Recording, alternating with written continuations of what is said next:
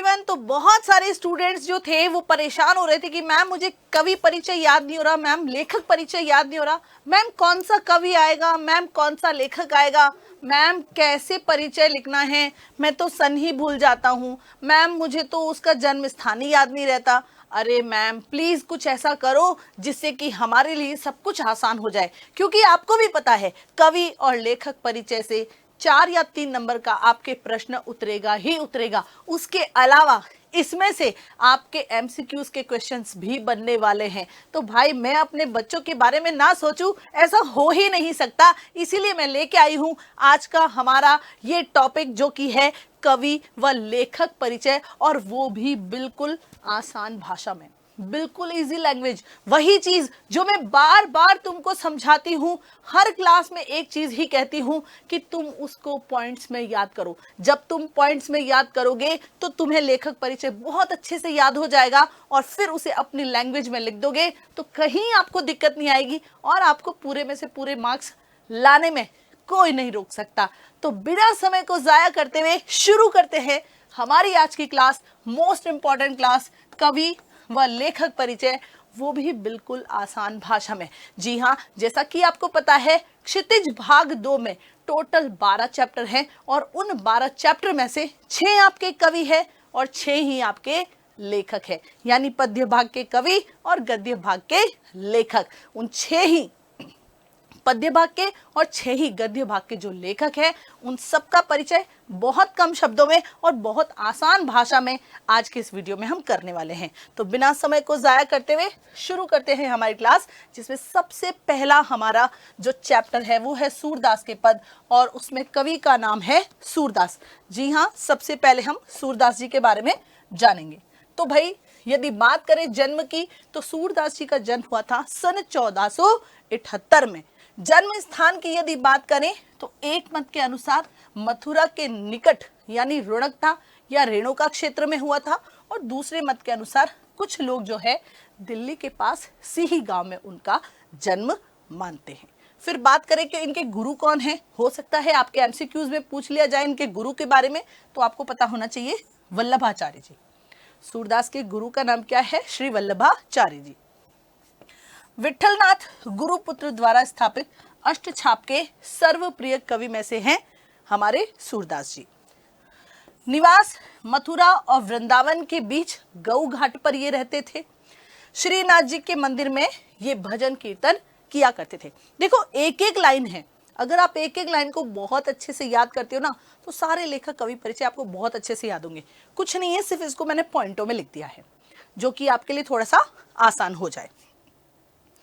आगे देखो, यदि बात करें प्रसिद्ध ग्रंथ या रचनाएं सूरदास जी द्वारा रचित, तो सूरसागर, साहित्य लहरी और सुरसारावली, ये इनके द्वारा रचित ग्रंथ हैं। फिर बात करें प्रिय रस, तो भाई सूरदास जी का प्रिय रस वात्सल्य और श्रृंगार रस के साथ भक्ति वात्सल्य के सम्राट के रूप में है। भाषा कौन सी है इनकी? तो भाई सूरदास जी की भाषा कौन सी है? ब्रज भाषा है। तो अच्छे से ये आपको याद कर लेना है। और बात करें यदि निधन की, तो सन 1583 पारसोली में इनका निधन माना जाता है ना आसान? लगाना इजी। बस इसी तरीके से आपको 1 से 2 बार अगर आप एक लेखक परिचय का अच्छे से पढ़ते हैं या वीडियो को देखते हैं तो आपको बहुत आसानी से याद हो जाएगा। चलिए, ये तो हो गई बात सूरदास जी की। अब बात करते हैं हम तुलसीदास जी की। राम लक्ष्मण परशुराम संवाद किनके द्वारा रचित है? तुलसीदास जी द्वारा। यह है हमारा दूसरा पाठ। जन्म इनका हुआ था 1532 ईस्वी में। कब हुआ था? 1532 ईस्वी में। जन्म स्थान क्या है? तो भाई राजापुर गांव, बांदा जिला और उत्तर प्रदेश। उत्तर प्रदेश के बांदा जिला के राजापुर गांव में तुलसीदास जी का जन्म हुआ था। इस तरीके से आप अपनी लाइन बनाकर आंसर लिख सकते हो। कुछ विद्वानों के अनुसार सुकर या सोरठ क्षेत्र, जो कि जिला एटा में पड़ता है, वहां भी मानते हैं। गुरु कौन थे इनके? तो नरहरिदास, नरहरियानंद के नाम से भी उनको जाना जाता है। तो तुलसीदास जी के गुरु का नाम क्या है? नरहरिदास। माता पिता, तो भाई हुलसी देवी इनकी माता जी, और आत्माराम दुबे जो है उनके पिता का नाम था। पालन पोषण, तो भाई दासी चुनिया और मुनिया नाम की जो थी, उन्होंने इनका पालन पोषण किया था। जन्म समय अभुक्त मूल नक्षत्र। वैसे इतना डेप्थ में पूछेंगे नहीं, पर फिर भी मैंने लिख दिया है, आपको पता होना बहुत जरूरी है। फिर बात करते हैं, बचपन का नाम इनका रामबोला। क्या नाम था इनका? रामबोला। पत्नी थी इनकी रत्नावली, भाषा थी इनकी अवधी और ब्रज। पत्नी का नाम क्या था? रत्नावली, और भाषा कौन सी इनकी? अवधी और ब्रज। सगुण मार्गी राम भक्त कवि, दास्य भाव की भक्ति इन्होंने की। प्रमुख रचनाएं देख लो इनकी, रामचरितमानस, कवितावली, गीतावली, दोहावली, कृष्ण गीतावली, विनय पत्रिका, हनुमान बाहुलक, रामलला, नहचू, पार्वती मंगल, जानकी मंगल आदि। अगर आप ये सारी रचनाएं ना भी लिखे, कुछ गिनी चुनी अगर 4 से 5 रचनाओं के भी नाम लिखते हो तो आपको नंबर पूरे मिलते हैं। और यदि इनके डेथ की बात करें तो परलोक गमन इनका हुआ था सन 1632 विक्रम संवत 1680 में। आपको सिर्फ 1623 जो है वो याद रखना है, विक्रम संवत कोई जरूरी नहीं है।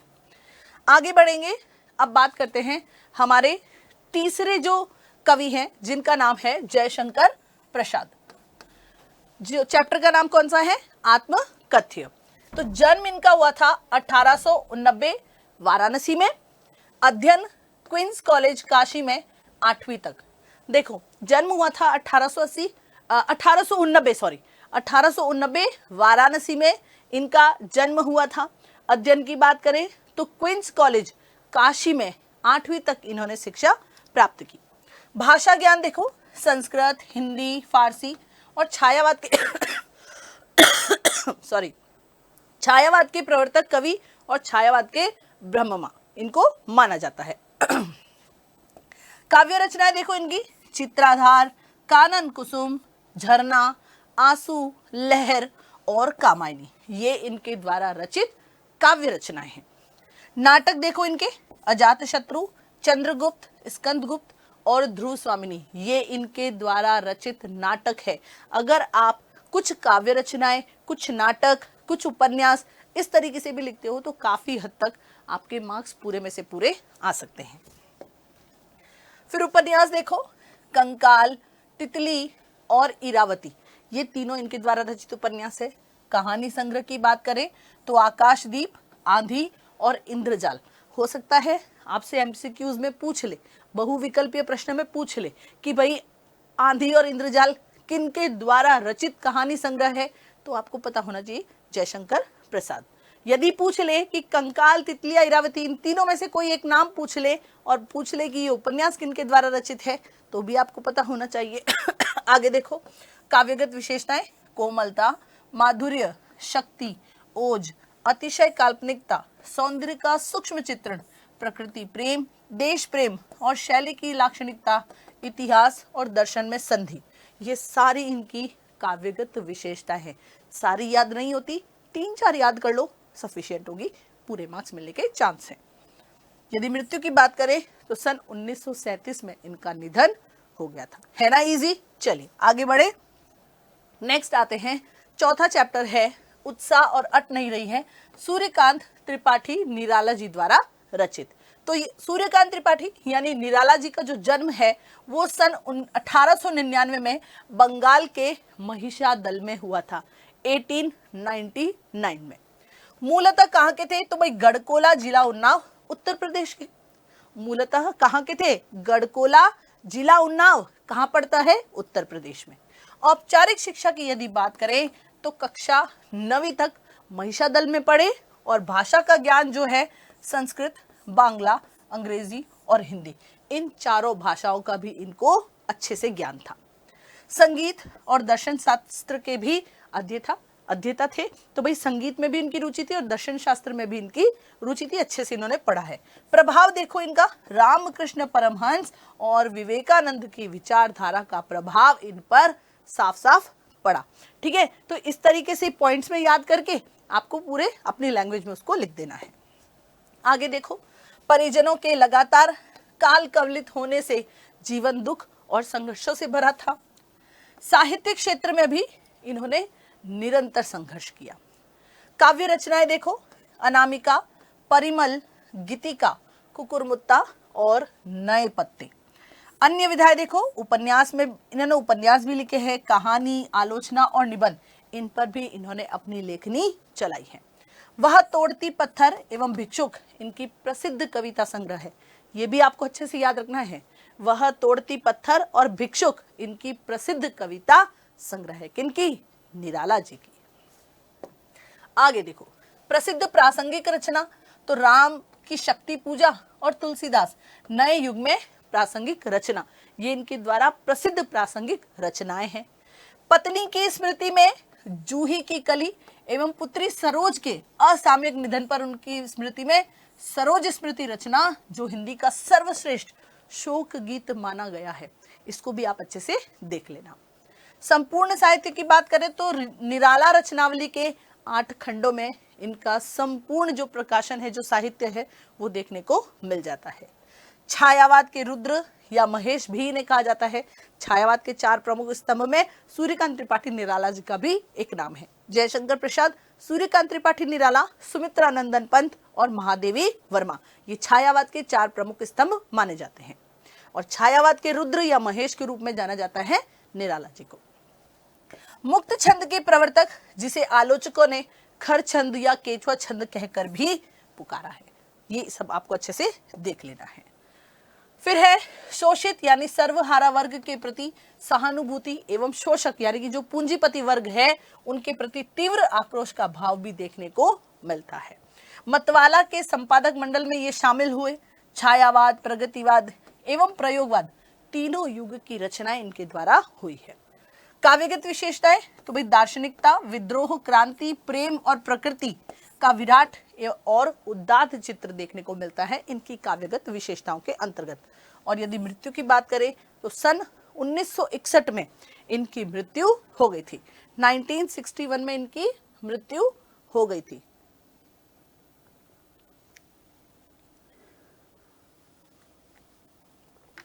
अगला जो हमारा है परिचय, नेक्स्ट परिचय देखो, नागार्जुन जी। यह दंतुरित मुस्कान फसल जो है उनके लिए कवि हैं नागार्जुन। यदि जन्म की बात करें तो सन 1911 में इनका जन्म हुआ था। नागार्जुन जी का जन्म कब हुआ? सन 1911 में। जन्म स्थान क्या है? तो भाई सतलखा गांव, दरभंगा जिला, जो कि पड़ता है बिहार में। मूल नाम वैद्यनाथ मिश्र, स्नेह पूर्वक लोग बाबा कहकर भी पुकारते थे। अब देखो, अभी तक तो हमें 3 ही नाम पते थे, इनको प्यार से बाबा कहकर भी पुकारते थे। एक अंधविश्वास के कारण इन्हें ढक्कन कहकर भी पुकारा गया। एक अंधविश्वास के कारण इन्हें ढक्कन कहकर भी पुकारा गया। मैथिली में वे यात्री के नाम से रचना कार्य करते थे। मैंने पहले भी बताया है, वैद्यनाथ मिश्र, यात्री और नागार्जुन, ये 3 तो नाम आपको पता ही थे। उसके अलावा देखो, इन्हें घुमक्कड़ी और अक्खड़ स्वभाव व व्यंग्य के धनी होने के कारण आधुनिक युग का कबीर आधुनिक युग का कबीर कहकर भी पुकारा गया है। ठीक है। श्रीलंका में 1936 में बौद्ध धर्म अंगीकार करने के पश्चात वे नागार्जुन कहलाए। इससे पहले वैद्यनाथ मिश्र ही कहलाते थे, लेकिन 1936 में जब बौद्ध धर्म को इन्होंने अपना लिया, उसके पश्चात इनका नाम पड़ा नागार्जुन। अध्ययन की यदि बात करें तो आरंभिक शिक्षा संस्कृत पाठशाला में और फिर बनारस और उसके बाद कोलकाता में अपनी शिक्षा पूरी की। अनेक बार इन्होंने संपूर्ण भारत की यात्रा भी की है। रचना कार्य देखो, इनके द्वारा रचित जो है कृतियां, युगधारा, सतरंगे पंखों वाली, हजार हजार बाहों वाली, तुमने कहा था, पुरानी जूतियों का कोरस, आखिर ऐसा क्या कह दिया मैंने, मैं मिलिट्री का बूढ़ा घोड़ा। ये तो आपको रचनाएं जो है हर एक लेखक कवि की बहुत अच्छे से याद होनी चाहिए। कहीं से भी कोई प्रश्न जो एमसीक्यूज में पूछा जा सकता है। उपन्यास व अन्य गद्य विधाओं में भी इन्होंने लेखन कार्य किया है। संपूर्ण कृतित्व नागार्जुन रचनावली के 7 खंडों में देखने को मिलती है। पुरस्कार की यदि बात करें तो हिंदी अकादमी, दिल्ली का शिखर सम्मान, उत्तर प्रदेश का भारत भारती एवं बिहार का राजेंद्र पुरस्कार इनको प्राप्त हुआ है। मैथिली भाषा में पत्रहीन नग्नगाछ रचना के लिए साहित्य अकादमी पुरस्कार भी इनको मिला है।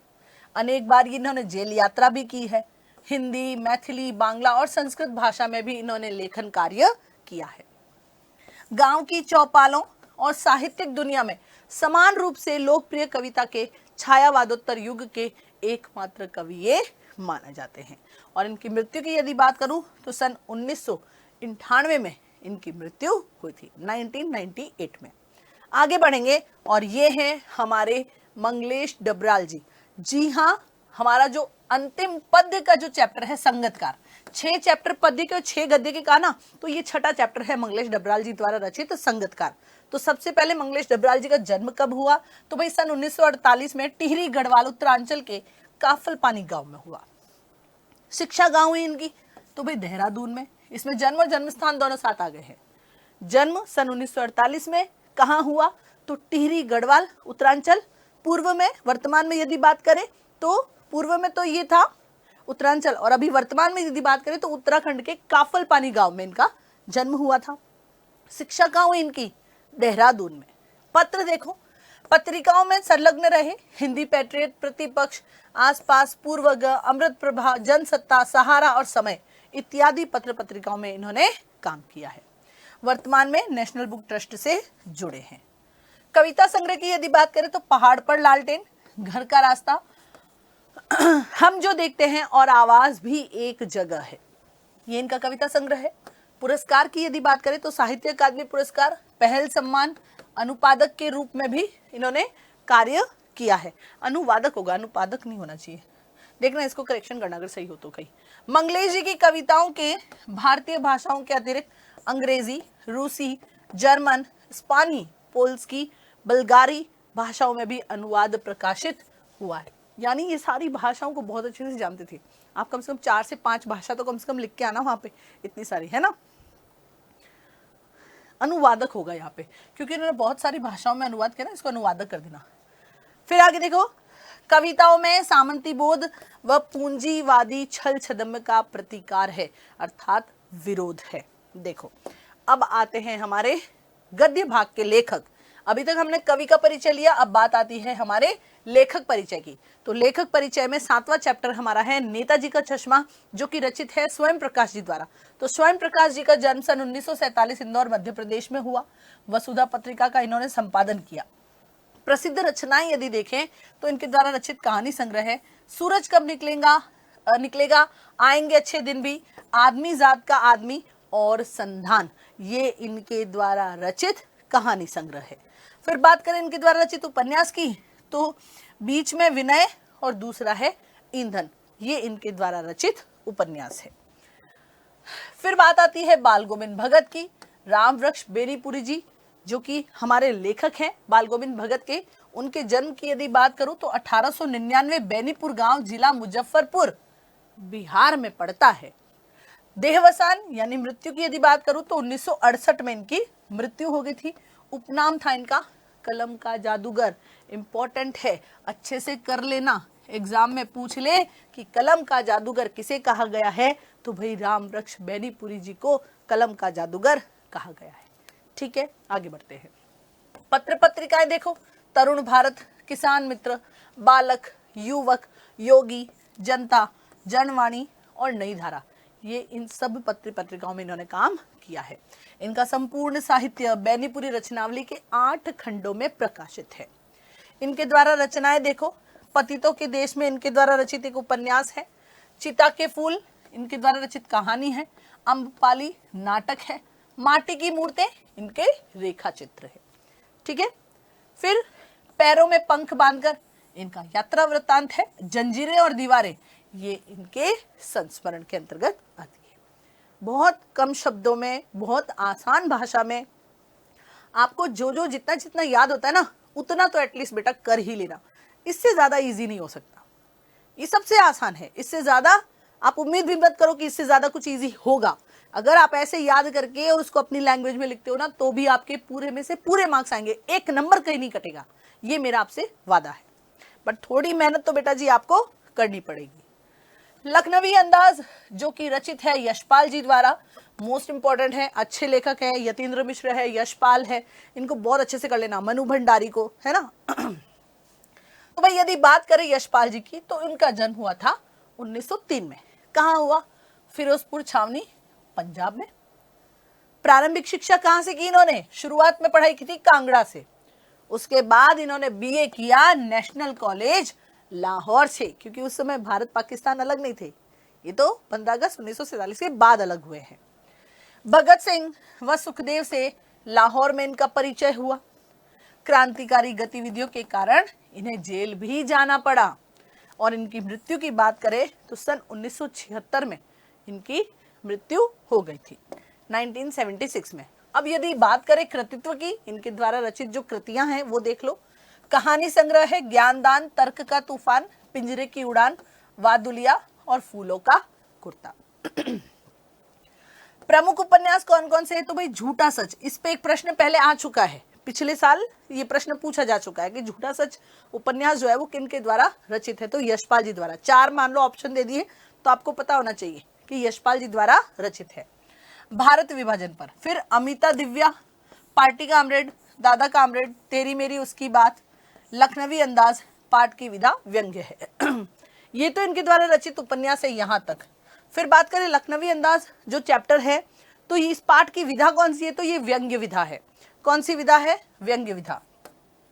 इस व्यंग्य लेख में पतनशील सामंती वर्ग की बनावटी जीवन शैली पर कटाक्ष किया है। जो नवाबी है ना, उन नवाबीपन की जो दिखावटी शैली है, जीवन शैली, उस पर उन्होंने व्यंग्य किया है, कटाक्ष किया है।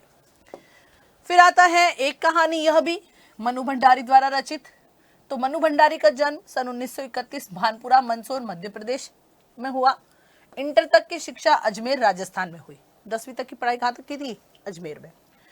उसके बाद स्वातंत्र कहानी की प्रमुख कहानीकार रही है ये। कहानी संग्रह में है एक प्लेट सैलाब, मैं हार गई, यही सच है, त्रिशंकु, ये सब इनके कहानी संग्रह है, मनु भंडारी द्वारा रचित। यदि बात करें उपन्यास की, तो आपका बंटी और महाभोज ये इनके द्वारा रचित उपन्यास हैं। आत्मकथ्य एक कहानी यह भी, जो कि हमने चैप्टर पढ़ा है, वो इनका आत्मकथ्य है। फिर आता है नौबत खाने में इबादत, यतीन्द्र मिश्र, ये भी बहुत इंपॉर्टेंट है। तो जन्म 1977, अयोध्या उत्तर प्रदेश में, 1977। साहित्य पत्रिका का संपादन किया इन्होंने। विमला देवी फाउंडेशन का संचालन किया इन्होंने। काव्य संग्रह की यदि बात करें तो यदा कदा, अयोध्या तथा अन्य कविताएं और ड्योढ़ी पर आलाप, ये इनके द्वारा रचित काव्य संग्रह है। शास्त्रीय गायिका गिरिजा देवी पर गिरजा पुस्तक भी इन्होंने लिखी है। फिर है थाती का संपादन किया इन्होंने। थाती का मैंने आपको बताया धरोहर। नौबत खाने में इबादत पाठ की विधा जो है वो व्यक्ति चित्र है। कौन सा है? व्यक्ति चित्र।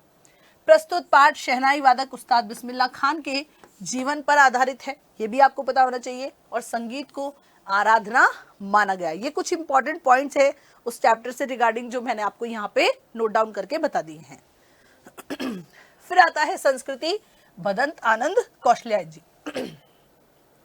तो भदंत आनंद कौशल्यायन जी का जन्म जो है वो सन 1905 में और निधन जो है 1988 में माना गया है। 1905 में तो इनका जन्म हुआ है और निधन जो है इनका 1988 में माना गया है। जन्म स्थान है सोहाना गांव, जिला अंबाला, पंजाब में पड़ता है, वहां इनका जन्म हुआ था। बचपन का नाम है हरनाम दास और इन्होंने कौन से धर्म को अपनाया? तो बौद्ध धर्म को। गांधी जी के साथ लंबे अरसे तक कहाँ रहे थे? वर्धा में रहे थे। एग्जाम में क्वेश्चन बन सकता है कि भाई भदंत आनंद कौशल्यायन जी जो है वो गांधी जी के साथ लंबे अरसे तक कहाँ रहे थे, और 4 ऑप्शन दे दिए, उसमें वर्धा भी दे देंगे तो वर्धा सही होगा, ये ध्यान रखना। संस्कृति पाठ की विधा क्या है? ये एक निबंध विधा में लिखा गया है, निबंध ही है संस्कृति। पुस्तक का प्रकाशन 20 से अधिक पुस्तकों का इन्होंने प्रकाशन किया है। इनके द्वारा रचित प्रमुख रचनाएं हैं भिक्षु के पत्र, जो भूल ना सका, आह ऐसी दरिद्रता, बहानेबाजी, यदि बाबा ना होते, रेल का टिकट, कहाँ क्या देखा, ये इनके द्वारा रचित रचनाएं हैं। देश विदेश में हिंदी सॉरी हिंदी भाषा का प्रचार भी किया इन्होंने। संस्कृति निबंध में सभ्यता एवं संस्कृति पर प्रकाश डाला गया है। तो भाई ये सबसे आसान भाषा में मैंने आपको 6 लेखक और 6 कवि का परिचय बहुत इजी लैंग्वेज में समझा दिया है। इससे आसान कुछ नहीं है बेटा जी। इसके बाद तो सिर्फ तुम्हारी मेहनत बोलेगी, और मुझे पता है हर कोई मेहनत करने में सक्षम है। तो अब ये मेरा काम था, मैंने कर दिया, अब आगे का काम आपका है। मैं उम्मीद करती हूँ कि जो मैंने आपको परिचय समझाए हैं कम भाषा में ही और आसान भाषा में समझाने की कोशिश की है, और आप इसे बहुत इजी लैंग्वेज में याद करके एग्जाम में बिल्कुल सटीक आंसर लिख के आएंगे। चलिए, आप सभी का बहुत बहुत शुक्रिया। Bye bye, thank you.